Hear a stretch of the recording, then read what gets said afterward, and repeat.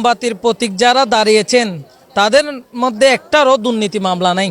তারা যদি হতে পারে দেশটাকেও দাগমুক্ত করতে পারবে। আপনি কেন চাচ্ছেন মোমবাতি জয় হোক, সেটা যদি সংসদে যায় আপনি কি মনে করেন, কি আশাবাদী করতে? মোমবাতি জয় হওয়াটা কেন চাচ্ছি, মূল কারণ হচ্ছে যে তারা শান্তি ফিরিয়ে আনতে পারবে।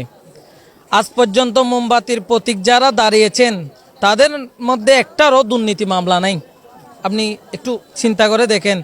এবং তারাও কোথাও ভাঙচুর করেছে, হত্যাকাণ্ডের সাথে জড়িত, এটার কোনো দৃষ্টি নাই।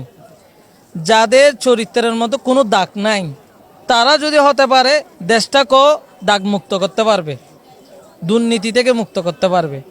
আর আমাদের যারা প্রতীক মোমবাতির প্রতীক হিসাবে দাঁড়িয়েছেন ওনাদের চরিত্র এবং ওনাদের আদর্শ সুফে কেরাম ওলিদের আদর্শের মতো।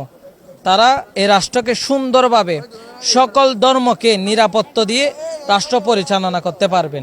সেজন্য আমি চাচ্ছি মোমবাতিটা দেশে ক্ষমতায় আসুক।